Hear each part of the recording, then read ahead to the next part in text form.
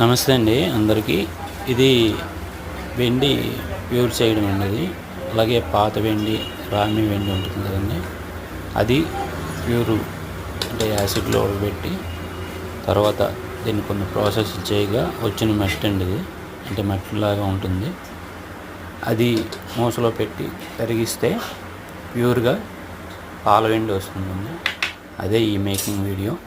అలాగే మరిన్ని making videos కావాలంటే మన ఛానల్కి సబ్స్క్రైబ్ చేయండి, లైక్ చేయండి. అలాగే ఈ వర్క్పై కామెంట్ చేయండి మరిన్ని వీడియోస్ కోసం. అలాగే మీ ఫ్రెండ్స్ అండ్ ఫ్యామిలీకి షేర్ చేయండి.